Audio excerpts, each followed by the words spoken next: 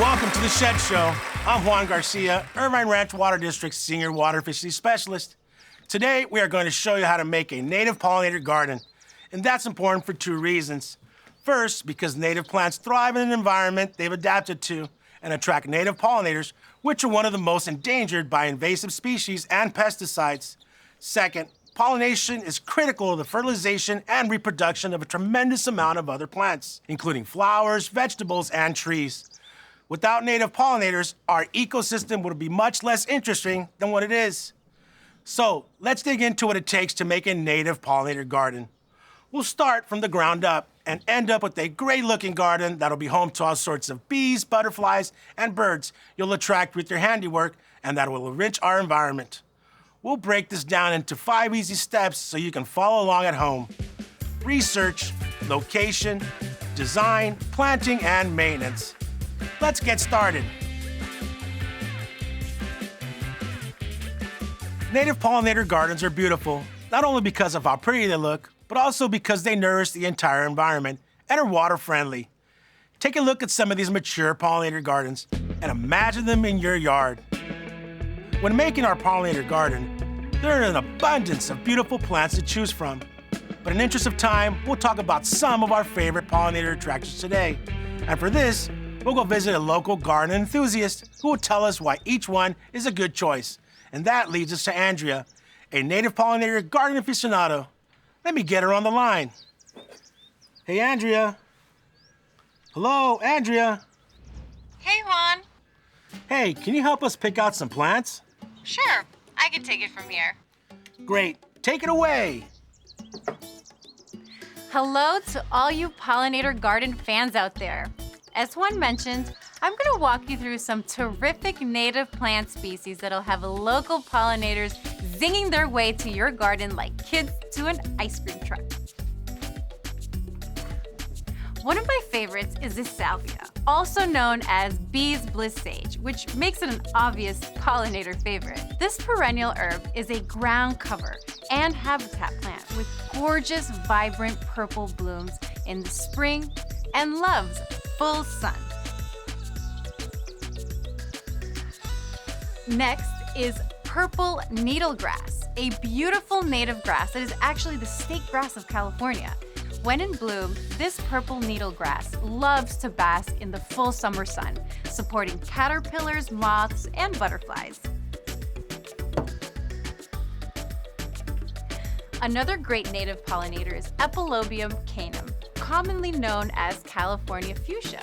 It's notable for the profusion of bright scarlet flowers in summer and autumn. There's probably no better California native plant for attracting hummingbirds.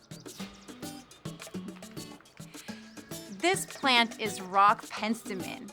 This native plant from Texas can easily adapt into our California native landscape.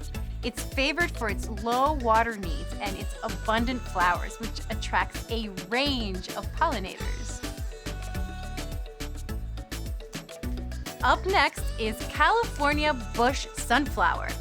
This flowering plant is in the daisy family, needs full sun, and is easy to grow, with bright yellow daisies from spring into summer that attracts butterflies, bees, and other insects.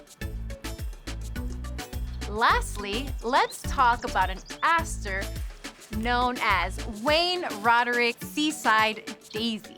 This selection offers the darkest flowers of any of the seaside daisies and features golden discs surrounded by deep purple petals. Plant in full sun near the coast, but protect from the hot afternoon sun in inland areas. These plants will make for an attractive native pollinator garden providing year-round beauty and welcome stop for our pollinators. Speaking of stopping, that's it for me, Juan. Thanks for the tips, Andrea. Hey, it looks like we have some mail. Rachel from Lake Forest has a question. Juan, I'm in a bit of the dark about how much sun the plants in my pollinator garden need. Can you help? Yours in pollination, Rachel. Great question, Rachel. Our native pollinator plants thrive in bright, sunny spaces, and that's just one issue to consider. For a native pollinator garden to thrive, we have to make sure several criteria are met.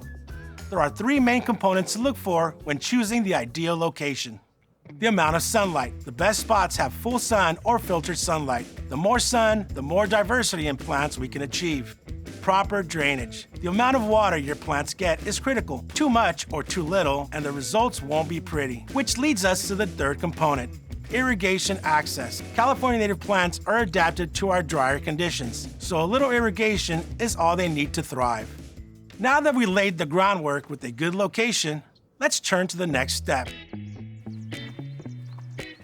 What do you want your garden to look like? That's where design comes in, and that's where we are now.